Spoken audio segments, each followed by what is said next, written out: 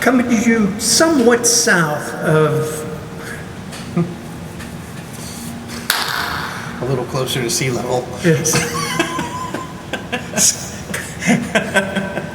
Coming to you somewhat closer to sea level than we normally do.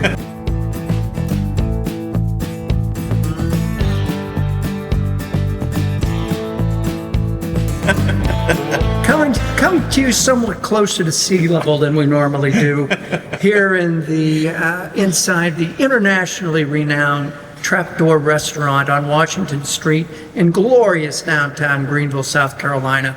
I'm Russ Heaps, and welcome to this episode of Big John in 5. Before I get my good buddy here, Big John Richards, to pick a beer, and here it's from one of their taps or one of their cans and bottles, and we sniff it, we sip it, we get bits about it. Sometimes John tells us a little bit about the brewery, and sometimes we get a little brewing history. And with that, John, what do we got? We are drinking the first new Chimay beer in 55 years. The first new permanent Chimay beer in 55 years. And this is a Chimay Green. This is Chimay Green, and it's been out for some years. But it's the first beer since the 80s that they've added to their permanent lineup, and it's their sort of big triple. They call it a Belgian Strong Ale.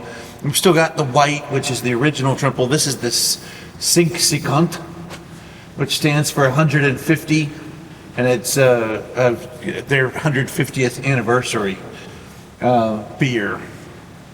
And then it got added to the permanent lineup. So it's a 10%er.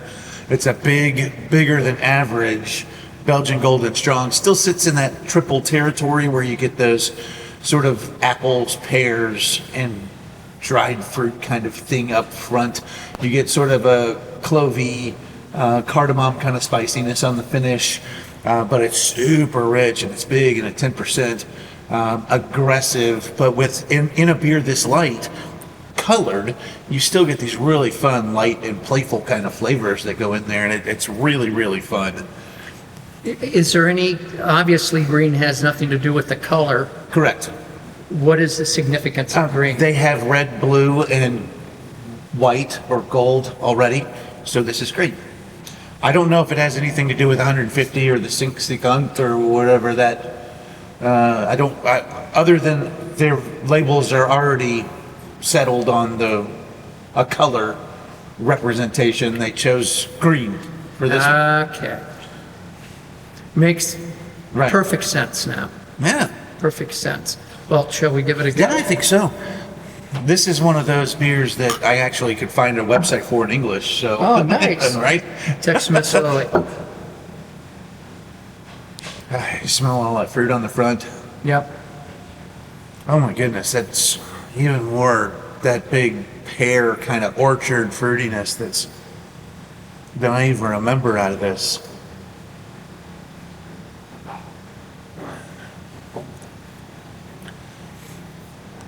Now, you still get that little bite of the Belgian yeast, that little Yep. touch of barnyard, Yep. and that spicy finish. And man, the spiciness is big on the end of this too. Some days ago, I was talking to my family, and I'm like, oh, I don't feel like I've been smelling as well as I used to. I wonder if I got COVID again somewhere, and then it messed with my senses. But, well, this is all smelling big to me today, so I feel a little better about my olfactory nerve system. This is a fun beer. Man, that finish just lingers forever.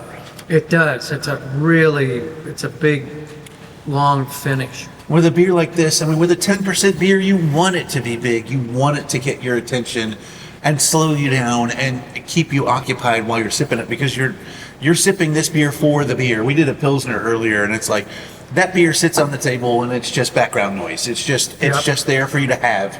This beer is there for you to concentrate on, to enjoy, to just sink your teeth into, so to speak.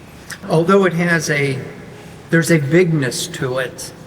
It's not, if I didn't know this was 10%, I would have no idea it was 10%. Agreed. I would think it's a big beer. I would think maybe it was a 7 or an 8%. Yeah, me too. But it doesn't drink boozy. I mean, At there's all. no alcohol presence there at all. And there's none of that really heavy, dark fruit kind of Right. thing you often get with a. Yeah, and like even with blue from these guys, it's so weighty. The beer is so rich and weighty. That was why I referenced the color earlier with a lighter beer like this. It's so much lighter on your palate than those darker beers are. If you were ever in Greenville and you get a hankering for Belgian beer, the Trapdoor is the place to go. Or food. Or food.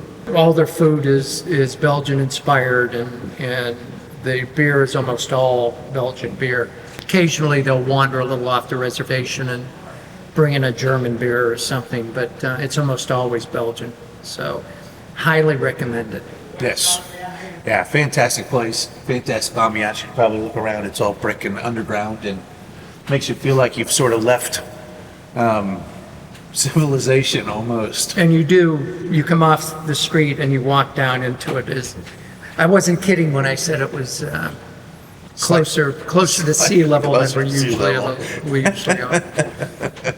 Anything else? I got to give a shout out to Father Theodore before I put this away, who's the monk at Chimay who is responsible for isolating the Chimay yeast. And so he's in beer circles, especially Belgian beer circles, you bring up Father Theodore and it's said in reverential tones. How many centuries ago was that? Oh, that was only, it was in 1949. Oh, gee. These guys are kids. These guys are kids. Oh, he's still a kid. Well, probably not anymore. Yeah, I'm thinking not. Yeah. Off we go. Yeah, off we go. So damn lucky. See you next time.